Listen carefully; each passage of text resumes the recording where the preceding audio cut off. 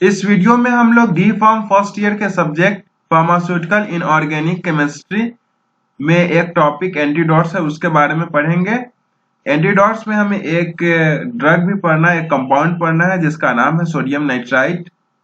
तो video start करने से पहले एक रिक्वेस्ट है, अगर आपको वीडियो पसंद आता है वीडियो को लाइक करिए और चैनल को सब्सक्राइब करिए। तो हम स्टार्टिंग करते हैं एंटीडॉट्स से। तो एंटीडॉट्स एक हमारा सब्सटेंस है। एंटीडॉट्स एक एजेंट कह सकते हैं या सब्सटेंस कह सकते हैं, which are used in the treatment of poisoning। Poisoning के ट्रीटमेंट के केस में हम एंटीडॉट्स का यूज करते हैं। यह आपको सिंपली एक शॉर्ट डेफिनेशन हो गया जो आपके ध्यान में रहेगा कि एंटीडॉट्स का जब नाम आएगा तो आपको याद आ जाए कि ट्रीटमेंट ऑफ पॉइजनिंग में जो एजेंट को हम यूज करते हैं उसको हम एंटीडॉट्स कहते हैं, जिसमें हमें एक ड्रग पढ़ना है, एक कंपाउंड पढ़ना है जिस कंपाउंड का नाम है sodium nitrite. Mode of action भी जानेंगे, एंटीडॉट एक्शन जो सोडियम नाइट्राइट का है वो भी हम जानेंगे। वो कंपाउंड्स जब हम स्टार्ट करेंगे उसका प्रिपरेशंस देखेंगे, प्रॉपर्टीज देखेंगे, उसके बाद जानेंगे। तो हम सबसे पहले एंटीडॉट्स से स्टार्ट करते हैं। तो एंटीडॉट्स एक सब्सटेंस है, एक हमारा एजेंट है, थेरेप्यूटिक एजेंट है, which are used to counteract the toxic effect of a poison और a potent drug in the case of overdose. तो हम एक सिंपल डेफिनेशन से शुरू करते हैं। Antidotes are the substance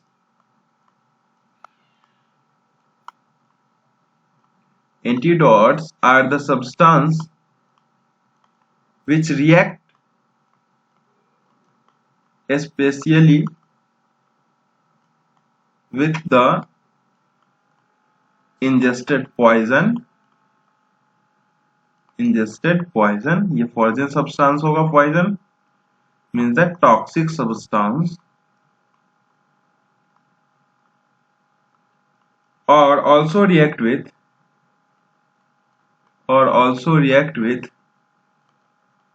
potent drug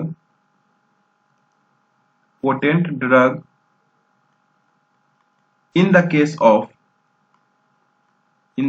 of overdose। Means that drug का dose अगर 500 mg है और अगर हम 700 mg लेंगे तो वो पोटेंट ड्रग का ओवरडोज हो रहा है। WHO भी एंटीडॉट्स को डिफाइन करी है, वो भी हम जान लेते हैं। According to WHO, antidote is defined as a therapeutic substance। means that antidotes are the therapeutic substance used to counteract the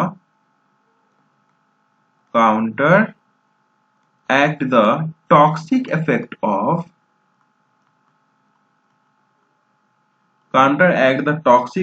means the toxic action of the specified xenobiotic।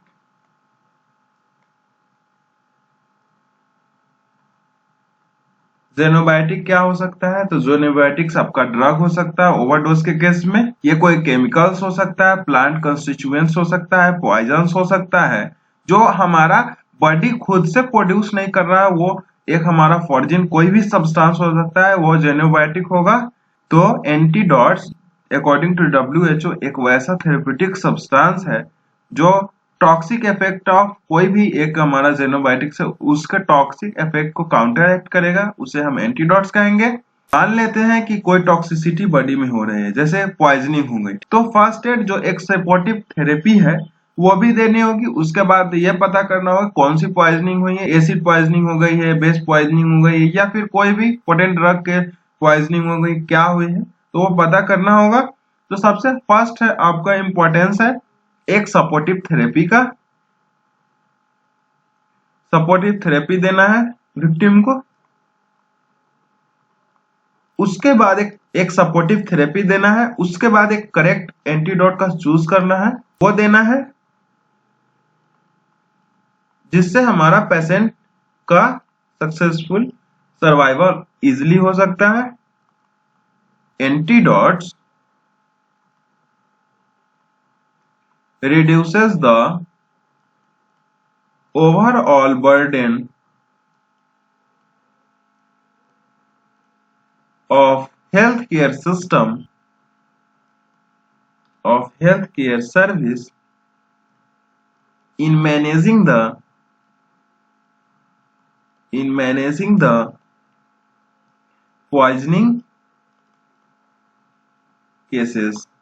जैसे मान लेते हैं कि स्नेक पॉइजनिंग मतलब snake काट लिया आपको और पॉइजन हो गई, उस केसेस में अगर एंटीडॉट्स नहीं रहेगा, या फिर मान लेते हैं साइनाइड पॉइजनिंग हो गई और एंटीडॉट्स आपका जो हमें पढ़ना है compound sodium nitrite sodium thiosulphate नहीं है, उस केसेस में पेशेंट का सर्वाइवल बहुत मुश्किल है। तो जो पॉइजनिंग केसेस हो रहे थे उसको जब एंटीडॉट्स आया तो जितने भी पॉइजनिंग केसेस के बर्डन थे, जो पॉइजनिंग केसेस का ट्रीटमेंट नहीं हो पा रहा था, वो एंटीडॉट्स के आने के बाद वो सब बर्डन खत्म हो गए और पॉइजनिंग केसेस में एंटीडॉट्स बहुत बहुत हेल्पफुल है।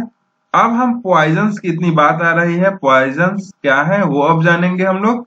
तो पॉइजन्स क्या है? तो पॉइजन्स एक वैसा कोई भी सब्सटेंस है जिसको हम किसी भी वे से, किसी भी रूट ऑफ एडमिनिस्ट्रेशन से हम एडमिनिस्टर करेंगे तो वो इल हेल्थ, डिजीज या फिर यहां तक कि डेथ कॉज कर सकता है। Means that a poison is defined as a poison is defined as any substance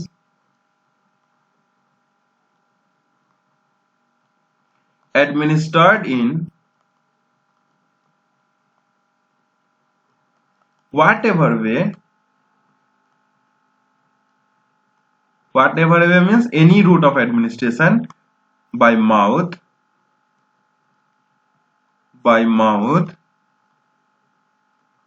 injection, inhalation or through a skin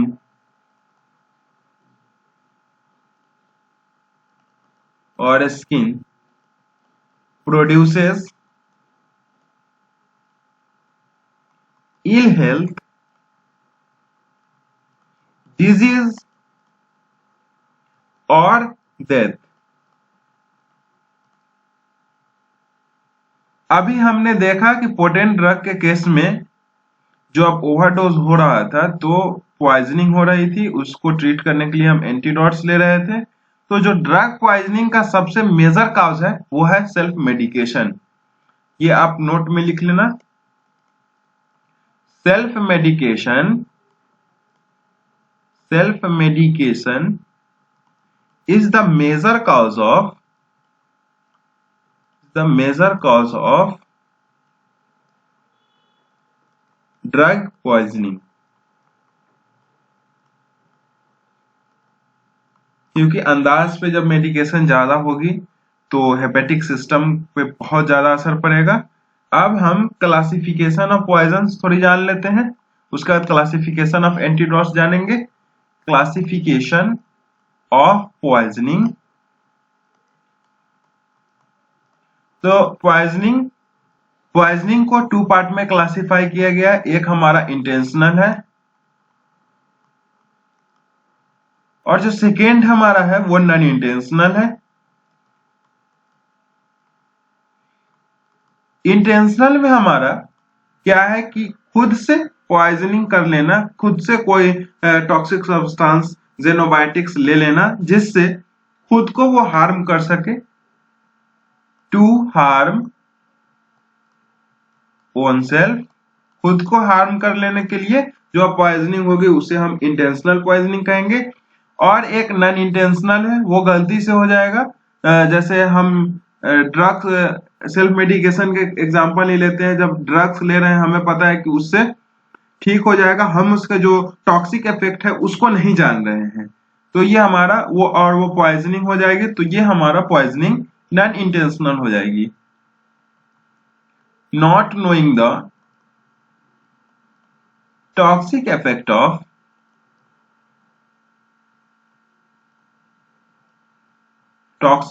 of any xenobiotic and also not knowing its use properly। Sign and symptoms भी होते हैं poisoning के case में। Sign and symptoms वो भी जान लेते हैं हम। सबसे पहला साइन एंड सिम्टम्स है reduced breathing rate, muscle cramp होने लगेगी,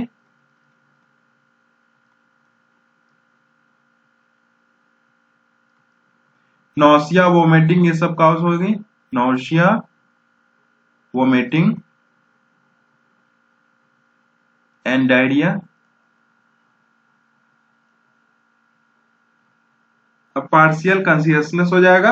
अब उसके बाद हम बढ़ते हैं एंटीडोट्स के क्लासिफिकेशन को। तो एंटीडोट्स को classify on the basis of mode of action करा गया है as physiological antidotes, chemical antidotes और मैकेनिकल या फिर फिजिकल एंटीडोट्स। जो फर्स्ट क्लासिफिकेशन है वो हमारा है फिजियोलॉजिकल एंटीडोट्स। फिजियोलॉजिकल एंटीडोट्स जिसको हम एंटागोनिस्ट भी कहते हैं क्योंकि इसका जो एक्शन होता है या इसका जो इफेक्ट हम कह सकते हैं वो पॉइजन के अपोजिट ये इफेक्ट शो करता है। सेकेंड जो हमारा है वो केमिकल एंटीडोट्स है। केमिकल एंटीडोट्स ये क्या करता है कि पॉइजन के साथ रिएक्ट करता है और उसके बाद उसको इनएक्टिव कंपाउंड्स में कन्वर्ट कर देता है। और जो थर्ड हमारा है वो मैकेनिकल है। इसका बेस्ट एग्जांपल आपको एक्टिव चारकोल होगा। मैकेनिकल और इसको हम फिजिकल एंटीडोट्स भी कहते हैं। तो फिजिकल एंटीडोट्स या मैकेनिकल एंटीडोट्स क्या करता है कि जो पॉइजन एडमिनिस्टर हो चुका रहता है बॉडी में उसको बॉडी में एब्जॉर्ब होने से बचाता है और उसको इमिसिस के थ्रू मींस दैट वोमिटिंग के थ्रू बाहर उसको एक्सपेल आउट कर देता है। तो हम अब स्टार्ट करेंगे फिजियोलॉजिकल या फार्माकोलॉजिकल एंटीडोट्स से। Physiological antidotes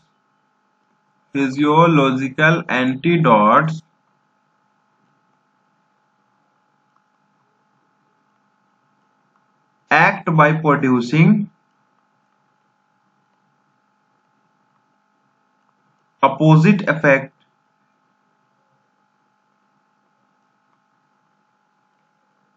to that of the poison। Means that जो फिजियोलॉजिकल एंटीडोट्स है वो पॉइजन के अपोजिट इफेक्ट शो करता है, इसलिए फिजियोलॉजिकल एंटीडोट्स को एंटागोनिस्ट भी कहा जाता है, also called antagonist. Example sodium nitrite. Sodium nitrite जो हमें कंपाउंड ये पढ़ना भी है, इसका फॉर्मूला NaNO2 होता है। changes hemoglobin into methemoglobin in order to bind cyanide. Cyanide poisoning के केस में हम सोडियम नाइट्राइट का यूज करते हैं। अब जो हमारा सेकेंड है वो हमारा है केमिकल एंटीडोट्स। इसका किस तरह से केमिकल एंटीडोट्स एक्ट करता है वो जानते हैं। तो chemical antidotes act by combining या फिर ये रिएक्ट कह सकते हैं विथ पॉइजन। पॉइजन के साथ रिएक्ट होगा तभी जो केमिकल एंटीडोट्स है वो कंबाइन होगा पॉइजन के साथ। And changing the poison's nature, its chemical nature means that poison का chemical nature by converting the poison into an inactive compound an inactive compound. ठीक है, example EDTA as chelating agent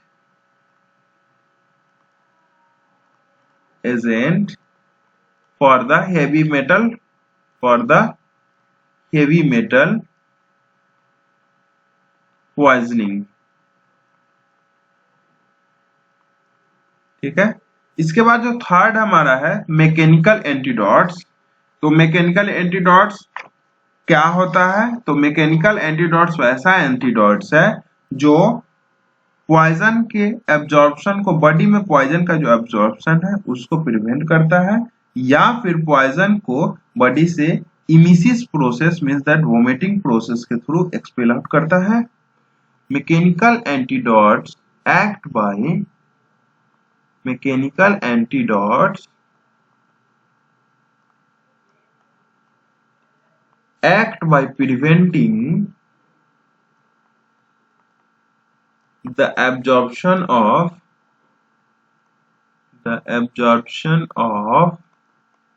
the poison into the systemic circulation into the body, or expel out the poison by emesis. Emetics हमें पढ़ना है, इसके बाद वही video आएगी, तो उसके लिए आप इंतजार करिए 110 दिन, हम आपको वो वीडियो प्रोवाइड करा देंगे. एग्जाम्पल जो मैकेनिकल एंटीडोट्स का है वो एक्टिवेटेड चारकोल बेस्ट एग्जाम्पल है, absorbs the poison prior to its absorption, means that किसका एब्जॉर्प्शन होगा? पॉइजन का absorption into the intestinal tract. ठीक है, अब आगे हम कंपाउंड के तरफ बढ़ेंगे. तो जो कंपाउंड हमें पढ़ना है वो एक ही है, सोडियम नाइट्राइट बी फॉर्म में, वैसे सोडियम थायोसल्फेट भी पढ़ना है. तो यहाँ हम सोडियम नाइट्राइट के बारे में जानेंगे. तो जो सोडियम नाइट्राइट का फॉर्मूला है वो NaNO2 है. कंफ्यूज नहीं होना है सोडियम नाइट्रेट और नाइट्राइट में. सोडियम नाइट्रेट से नाइट्राइट बनता है. साइनोनिम सोडियम नाइट्राइट का क्या है? ET नाइट्राइट या nitrous acid sodium salt. Nitrous acid sodium salt. Preparation, तो सोडियम नाइट्राइट का दो प्रिपरेशन मेनली है. जो फर्स्ट प्रिपरेशन है वो है by strongly heating sodium nitrate. जब NaNO3 को हम हीट करेंगे तब हमें सोडियम नाइट्राइट NaNO2 मिलेगा. NaNO3 को जब हम स्ट्रांगली हीट करेंगे तब हमें NaNO2 मिलेगा और ऑक्सीजन बैलेंस कर लेते हैं हम 2 और 2. ठीक है, सेकेंड जो हमारा प्रिपरेशन है by heating same sodium nitrate को जब हम हीट करेंगे लीड के साथ, sodium nitrate with lead Pb. ठीक है, सोडियम नाइट्रेट को हम हीट करेंगे लीड के साथ. जब हीट करेंगे तो हमें सोडियम नाइट्राइट मिलेगा NaNO2 और लीड ऑक्साइड. ठीक है, अब हम प्रॉपर्टीज के तरफ बढ़ेंगे.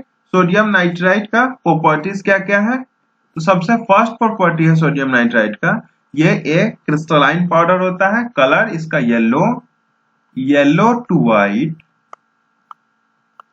Crystalline powder.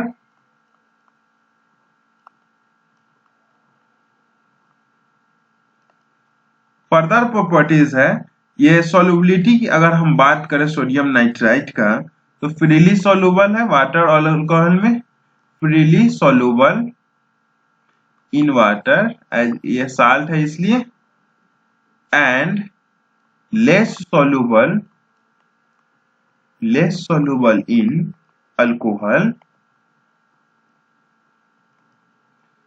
और प्रॉपर्टीज, तो ये मेल्टिंग पॉइंट जो सोडियम नाइट्राइट का है वो आपको है 271 डिग्री सेल्सियस। ऑर्डरलेस पाउडर होता है, ऑर्डरलेस पाउडर। उसके बाद जब हम एक्सपोज करेंगे एयर में सोडियम नाइट्राइट को, तो ये सोडियम नाइट्रेट फॉर्म कर लेगा, फॉर्म हो जाए मतलब सोडियम नाइट्रेट में बदल जाएगा। On exposure to air, on exposure to air, NaNO2 sodium nitrite readily forms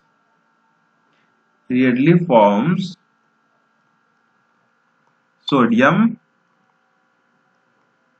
nitrate NaNO3। ठीक है, इसके बाद हम अब बढ़ेंगे mechanism of action of sodium nitrite. किस तरह से सोडियम नाइट्राइट एंटीडोट एक्शन को शो करता है।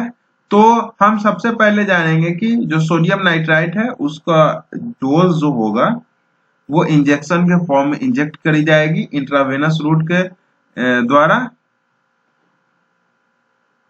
Antidote of sodium nitrite NaNO2 is given in the form of injection. ठीक है, और जो इंजेक्शन का डोज रहेगा वो 10 से 15 ml रहेगा, 3% सॉल्यूशन ऑफ सोडियम नाइट्राइट। तो डोज ऑफ जो इंजेक्शन है सोडियम नाइट्राइट का, dose of injection sodium nitrite का वो है 10 to 15 ml of 3% sodium nitrite solution. और रूट ऑफ एडमिनिस्ट्रेशन हो गया आपको पेरेंट्रल रूट जो है इंट्रावेनस रूट। ठीक है, अब किस तरह से एक्शन शो करता है, मैकेनिज्म क्या है सोडियम नाइट्राइट का, वो हम जानेंगे। तो सबसे पहले इंजेक्शन जो स्टेप 1 है, सबसे पहले तो इंजेक्शन देंगे सोडियम नाइट्राइट का। तो injection of sodium nitrite NaNO2 is given to the victim या पेशेंट बोल सकते हैं, पॉइजन पेशेंट। उसके बाद सेकेंड स्टेप में क्या होगा मैकेनिज्म, जब हम सोडियम नाइट्राइट देंगे तो सोडियम नाइट्राइट फेरस आयन का ऑक्सीडेशन करा देगा। जो फेरस आयन हेमोग्लोबिन में प्रेजेंट है उसको ऑक्सीडेशन करा देगा, वो फेरिक आयन में बदल जाएगा मेथहेमोग्लोबिन के। Sodium nitrite injection causes oxidation of ferrous ion Fe2+ of hemoglobin into the ferric ions Fe3+ of methaemoglobin. अब जो मेथ हेमोग्लोबिन है वो सेरम साइनाइड के साथ कंबाइन हो जाएगा और साइनो मेथ हेमोग्लोबिन बना लेगा। जो साइनो मेथ हेमोग्लोबिन है वो एक इनएक्टिव साइनाइड कंपाउंड है। थर्ड जो स्टेप मैकेनिज्म का है, ये फर्स्ट स्टेप से हम सेकेंड स्टेप बढ़े, अब थर्ड जो है वो हमारा है meth haemoglobin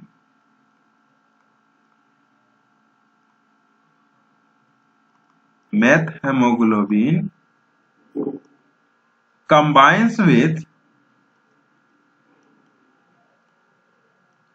serum cyanide and produce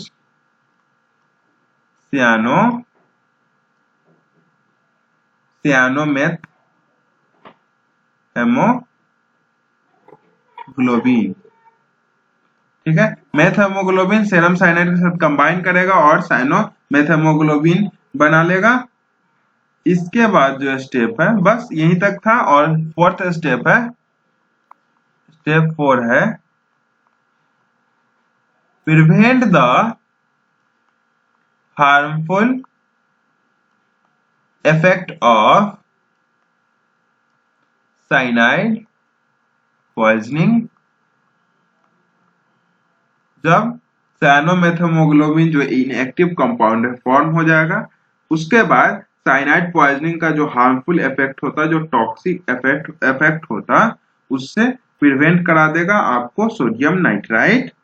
अब हम देख लेते हैं स्ट्रक्चरली। Fe2 पॉजिटिव, जब सोडियम नाइट्राइट का हम जब इंट्रोडक्शन कराएंगे तो जो फेरस आयन है हेमोग्लोबिन का वो कन्वर्ट हो जाएगा मेथ हेमोग्लोबिन के फेरिक आयन में। और उसके बाद मेथ हेमोग्लोबिन कंबाइन होगा साइनाइड से और एक कंपाउंड फॉर्म करेगा जिसका नाम है साइनोमेथेमोग्लोबिन।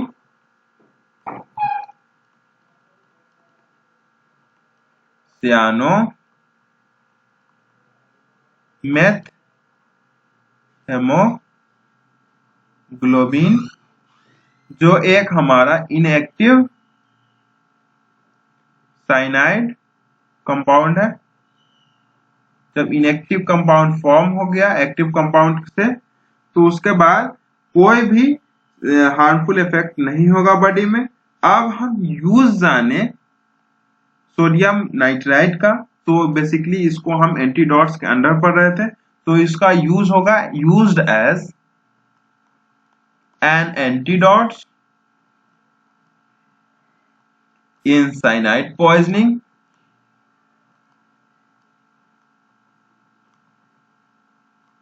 ठीक है, इसके पास सोडियम नाइट्राइट के पास वासोडाइलेटर एक्शन भी है। वासोडाइलेटर एक्शन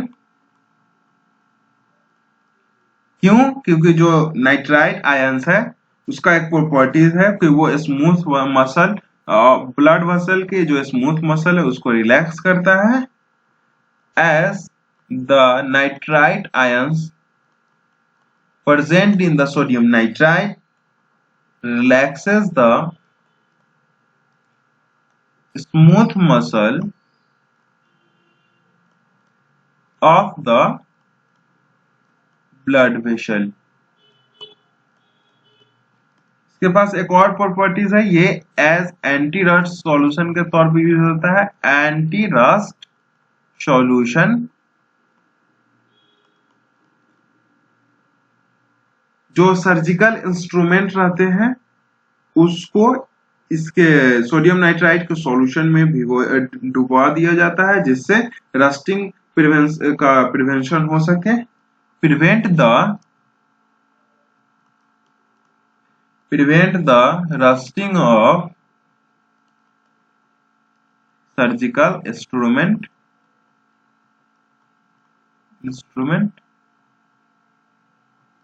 ठीक है, आपका ये एंटीडॉट्स में इतना ही पढ़ना था। इसके बाद जो वीडियो आएगी वो आपको इमिटिक्स पे आएगी, उसमें भी शायद एक ही कंपाउंड्स पढ़ना है, सोडियम पोटेशियम टार्टरेट। उसके बाद हम एक्सपेक्टोरेंट्स की तरफ बढ़ेंगे। तो होप आपको वीडियो पसंद आई होगी। वीडियो पसंद आई, वीडियो को लाइक करना ना भूलें और चैनल को सब्सक्राइब करें।